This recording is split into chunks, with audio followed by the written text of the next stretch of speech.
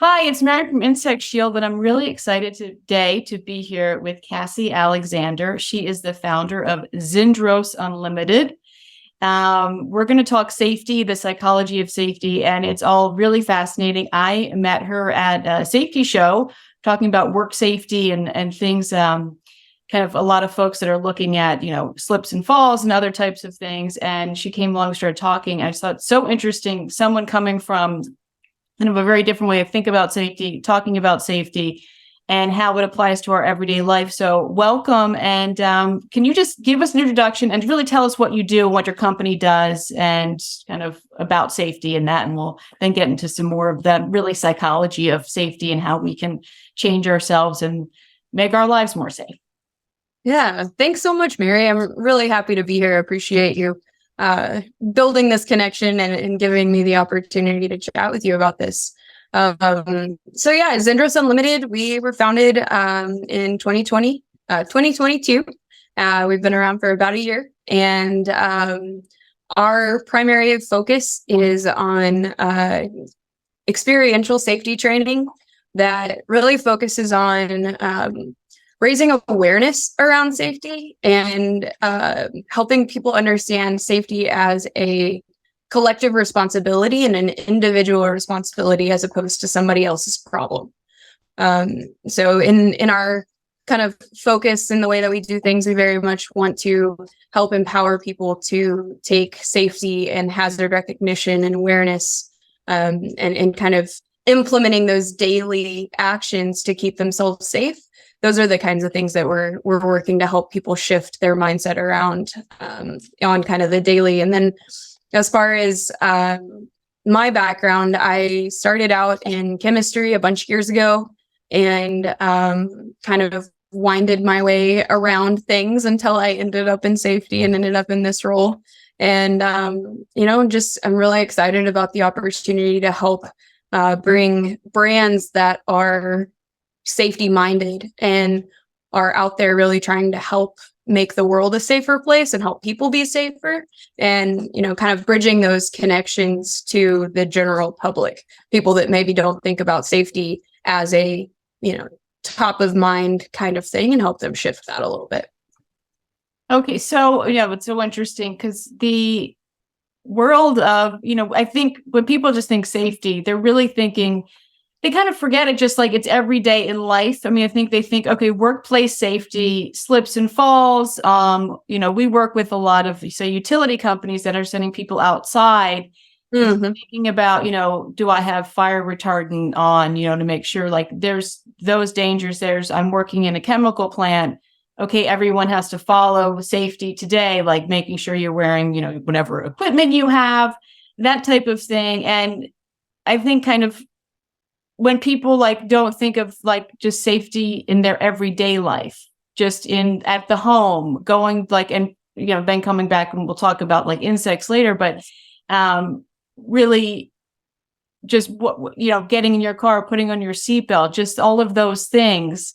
It's like, oh, I work in safety. People only think you're working in safety for business, where it all needs to transfer to your everyday life as well. Because if you're just safe at work, but you're not safe at home, that's not doing you any good. Yeah. Amen. Absolutely. I find myself, consistently in that conversation around, well, safety. What do you mean? Like OSHA? And, well, yes, OSHA is a piece of it. It's only one aspect, right? And workplace safety, while it is an industry and there is, some structure and scaffolding around what it's supposed to look like, there isn't a lot of conversation that happens outside of what the safety coordinator is doing. And, the sort of behind the scenes from somebody that has been in that position is, that person doesn't have the bandwidth to make sure every single person is safe at every point in the day, right? They're doing things to help set the system up to be safer. But ultimately, it falls on each and every person that's involved to truly make a safe environment. And so to me, speaking about safety from a, kind of talk at you, teach you what the problems are or what the potential hazards are, is doing you a disservice, because it's letting you start to think that I'm going to be there to kind of show you every possible problem. And in my experience and my perspective, it very much is a deeper conversation than that. And it really takes internalizing it on a deeper level to protect yourself in all of the different environments. I mean, I was hurt a lot more extensively at home because of a safety problem that hadn't been addressed at home than I've ever been hurt in a workplace. And this is over a lot of years in the workplace, right? So it's an under thought about and an under focused on area for sure. Yeah, well, I guess the thing too, in a workplace, it can be mandated, and you can be, and you can be in trouble if you don't, and then, the person that is working, like, again, like say with chemicals, and at the workplace, they know they have to wear certain gloves and certain eye protection and certain maybe, breathing protection. They are going, just in the yard, or they're doing some staining of wood or something with some chemical, and like they're like, there's no one looking over their shoulder. But so people thinking, I have to do it at work, but then how do you then making sure then you carry that forward? It's not like a requirement. Like, we're not saying do that. Like, it's to benefit the person, where, so it's like at work, it's like, well, work tells me I got to do it, so I got to do it. But at home, I could do whatever the hecky who I want. And it's like, well, maybe they want you to do it because it's actually protecting you from something. Right. And that is also going to happen at home. It doesn't just happen at work. Well, and that's a really great point, and kind of, to the point of bringing psychology into the conversation around how we make a change or make something different happen, produce a different outcome than, doing it when we're at work, but ignoring it when we get home. It is really about helping people understand the motivation behind it. We really need them to understand the pain points around if they don't, right? So finding the access to recognizing how much control we have over our physical safety can often help shift somebody's mindset around what they can do to be involved in taking care of their physical safety. So much of the conversation is external, is outside of you, and is talking about what to do in these specific situations because of your job, because of whatever. And instead of it being a, more of a well-rounded, okay, the reason that these types of things exist is because of A, B, C, D, E. These are the possible things that can happen. And I recognize too that, in companies, sometimes it's hard to, justify telling people the bad stuff, the bad thing that might happen if they don't use it. And it's more of like a just do it because I said so, instead of really giving a full explanation of what's going on. And in my perspective, in my experience, it goes so much further, and it hits somewhere deeper when you're able to help them understand the pain of not having done whatever it was, right? So helping them to see the potential negative outcome, as opposed to this, my sweet puppies making noise over there for us. They're here with us to talk about safety. Yeah. But yeah, it very much makes a difference if the individual is able to really internalize that for themselves and see why it is valuable to them, right? And not just making it about something external, something outside of themselves. Right. Yeah, and that's where so coming like kind of in our world, so insects, and in the US, ticks kind of end up becoming our number one conversation. Absolutely. And, I know last week, the CDC just came out with more news. There's, a tick-borne disease called alpha-gal, which creates a meat allergy. And there was a big report last week. They're saying actually looks like a lot more people have it, which kind of all the people in the alpha-gal community knew, because they're like, all these people, it's hard to diagnose, and so many doctors don't know about it. Mm-hmm. And there's more and more in the news. Just my Google News alert now on like tick-borne disease every day. It used to not even come every day. Now it comes like 3 times a day. And there's just, reams of, how many articles and news. So, which is great for people, because protecting yourself, protecting yourself from tick bites is pretty darn easy. I mean, we are one part of, Insect Shield is a great thing for that. There's other solutions too. So, I mean, that's where our conversation just about protecting yourself. So why is it that we know there's easy ways to protect ourselves? And there's easy, and it's not expensive. And, I can buy my spray and spray my shoes. I can wear my treated socks. I can, easily follow these things. Why do I not come to Inside Shield until like I had a tick bite? It's that like the reactive instead of being proactive. What are tips people could like? So even like in the household, say one person in the house got Lyme disease and maybe hopefully didn't get it bad and was able to recover. And maybe they're even in that situation, like, maybe they're like, okay, I got to protect myself. But the other people in the house are kind of like, well, you got, like, I'm not going to get it. I mean, how do all, and I know this is like, my God, if you were, smoking, drinking, there's all these different things, that, but, thinking of just about like, okay, I need to make, it's so easy to protect myself against ticks, and ticks are carrying a lot of really scary, potentially, life-changing diseases. How can I like just say to my husband, like, remember, I don't want to be annoying and be like, make sure you're wearing your treated socks and your treated shoes. Like, how do you empower someone him to go like, oh, I'm going out, I better make sure I have that, as opposed to me, and him wanting to, Yeah. you know what I mean? Yeah, I absolutely do. And I think the answer, unfortunately, isn't super simple. Yeah. It really comes down to helping people helping your husband hold on to what the painful outcome could be otherwise. And it's not so much so holding on to it in a way that like runs their whole life, just so much so that it triggers something inside their brains when they're in the situation. So for example, I've been in a industry where safety glasses were important for, we're a very long time. I think we're close to maybe 15 years or something since I started doing things in the chemistry lab and being, exposed to that kind of stuff and learning about safety glasses. And that was something that, was challenging for me, I'm sure, at one point. I've had a couple of things get into my eyes, which has helped reinforce the reason why they're so important. And the thing that now happens to me, and this is really the mission that I'm on for everybody related to, taking care of themselves when they walk outside or anything else, is I get myself into a position. I'm working on cleaning up some grout in my bathroom, and I'm playing with the tool a little bit. I say playing because I was really just kind of getting a test for like what it was going to be. And I did about 2 scrapes and I felt some dust kind of come up, and I immediately set the tool down. It's like, I don't have safety glasses on. 1, I'm not really trying to do this right now anyway, so I haven't really thought through it very well. And 2, my eyes aren't protected.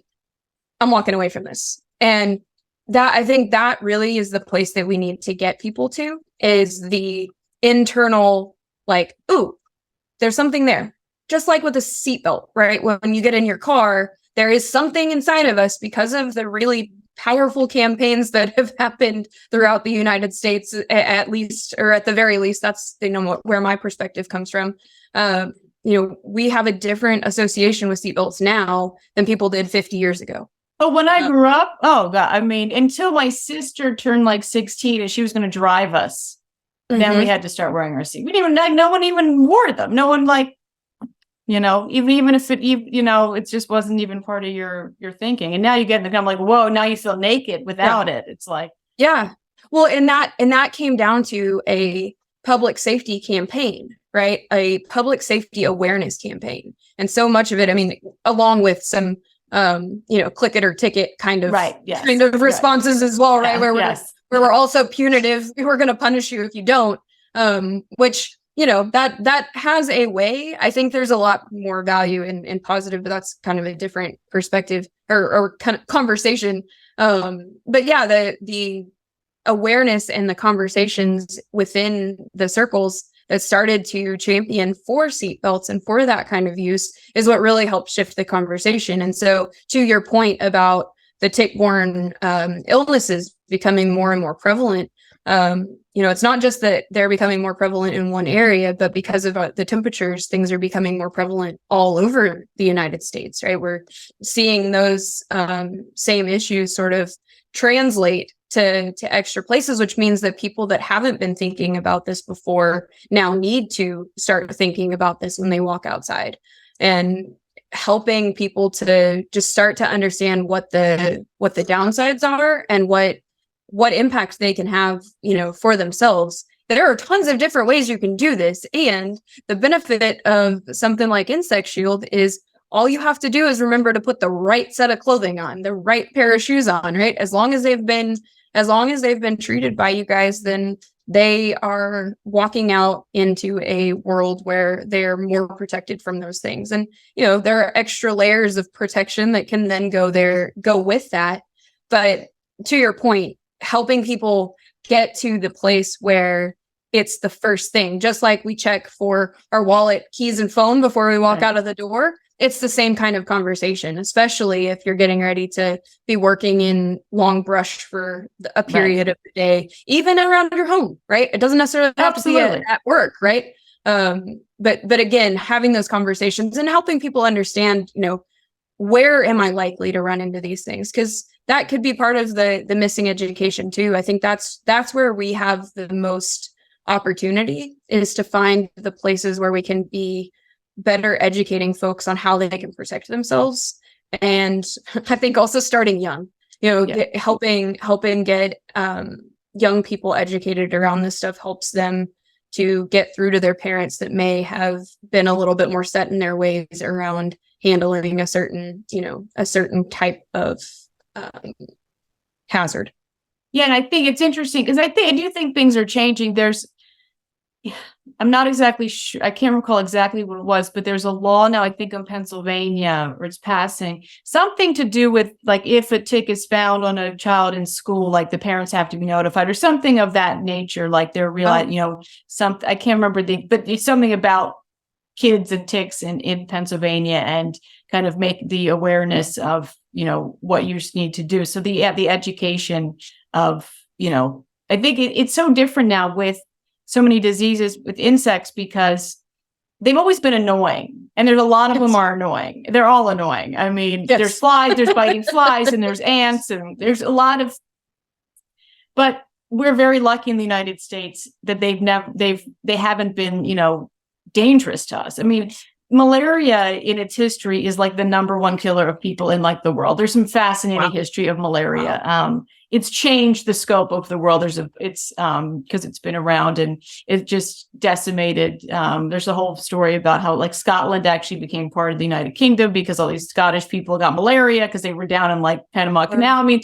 malaria's been around and it just really, it's changed. They have stats of the changes, like the gross national, output of some of the countries that are stricken with malaria. And there's lots of good things happening. And like, there's some other potential vaccines and things, but in the US, we've been lucky because insects annoy us. And some people have some small, there's bees and some other allergies, but it hasn't been like the danger. Like if we've been growing up in like in a situation where malaria, like you get bit by mosquito, potentially you get super sick, we'd all be living a very different way. We would be doing that already. So we're kind of in this really weird, we're in this place in the US. We're like, okay, we have to change our behavior, and it's easy.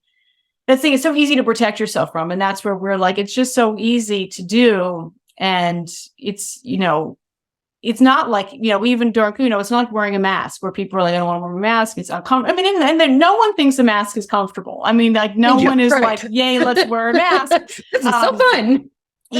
But it's like, I can just wear some of my own, my regular things. So it is just like the psychology of like how we all like, how we take our personal safety and what we can do and what will be happening in 20 years. I mean, we don't want more and more people getting sick. And in 20 years, is it just going to become standard, like wearing sunscreen or putting on your seatbelt and that type of thing?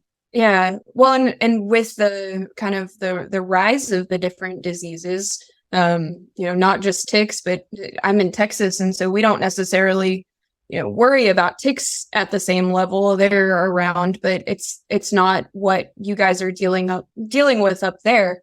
But mosquitoes are something that is super prevalent down here, and the mosquito-borne diseases. I've also been reading about some of the increases related to those because of the tropical weather, temperatures and the climate becoming more conducive to them up further and further. And so, that to me is another, kind of raises the bar again on how we start to have this conversation, and why it's so important to be starting to think about the shifts that we can make so that we can be better protected and be prepared for the world that is to come, right? We know that things are going to continue to change. We don't know all the details of what that's going to look like. We know that the weather is more severe. We know that the bug populations are able to linger and last in different kinds of ways longer, and those kinds of things. And so it really is going to become something that we can't walk outside of our houses without thinking about our safety. If we want to, live long, healthy, productive lives, we're going to have to start thinking about what we're putting on our bodies in greater degrees of attention as the sort of situations around us continue to shift. And so having the conversation about what the possibilities are, right? And not even necessarily getting into the nitty gritty of what the problems that occur from getting whatever the disease is, but helping people to understand that, yeah, it's not just a nuisance, right? Like, it is a nuisance, don't get me wrong. Yes. It's not just that, like the stuff that's inside of them, just like with rabies, right? We watch out for the critters that move around in our environments, getting into our trash, the possums and the raccoons and things, because we know to be wary of the possibility of getting rabies. Well, if we can shift that and get folks to think about the possibility of getting, fill in the blank with whatever the insect-borne disease is, we have that much better likelihood of helping people to see the value in taking those really inexpensive, really effective baby steps towards taking care of themselves in a better way. Yeah.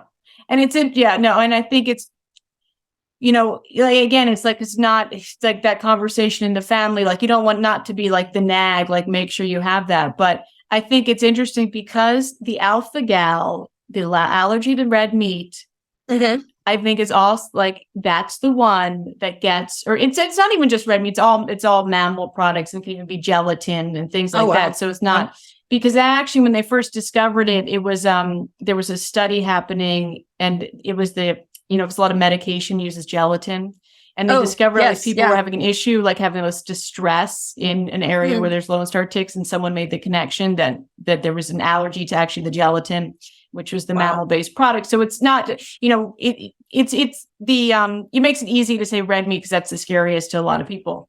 But there's a lot of other things, and it's really crazy because there's even some people, like the fumes of meat cooking can cause a reaction, so it can really be debilitating.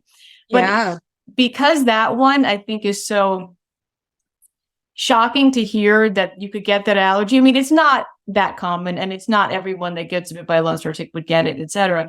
But it probably does more to have people be protected, because that's something they really don't want to give up. Like, they're like, I do not want to be someone that I love my burger. I love, and as opposed to like, oh, Lyme disease, maybe that people get it, but I'll be okay.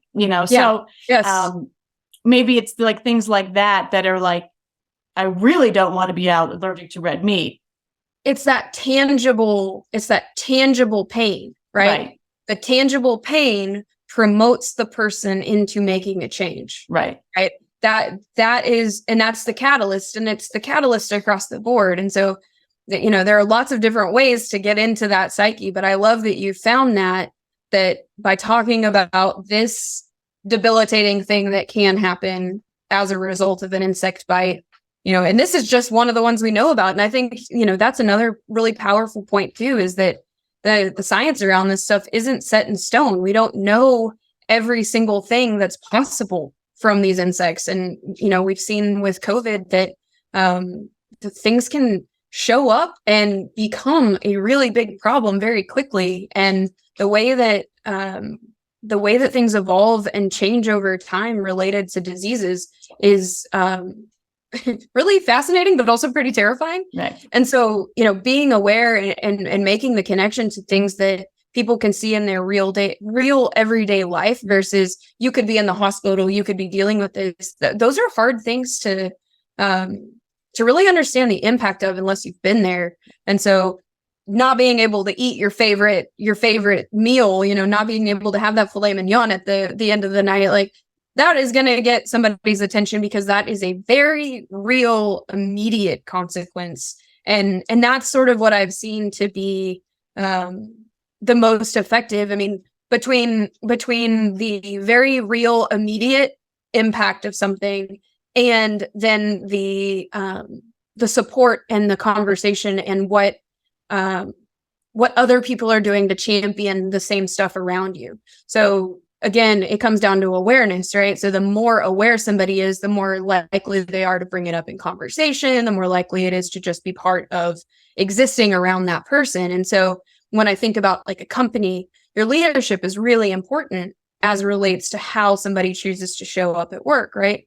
If your leadership isn't putting on their insect shield socks before they go out into the field, then that's going to mean that the employees that work for that person are going to be less likely to do so because they're not going to see the value. They're going to see it as a time suck. They're going to, whatever the blanks are, it really sort of damages the opportunity to get somebody to make a behavior change if you don't have the support. So again, thinking, not just in companies, that's one example, but families too. Yeah, no, I was going to say, exactly. If I'm telling everyone to wear their insect shield socks and I go out not with mine, then it's like, well, hey, what's that story? So who's what are you, right. So how could you possibly, right. Well, and, thinking about your husband and your conversations with him, like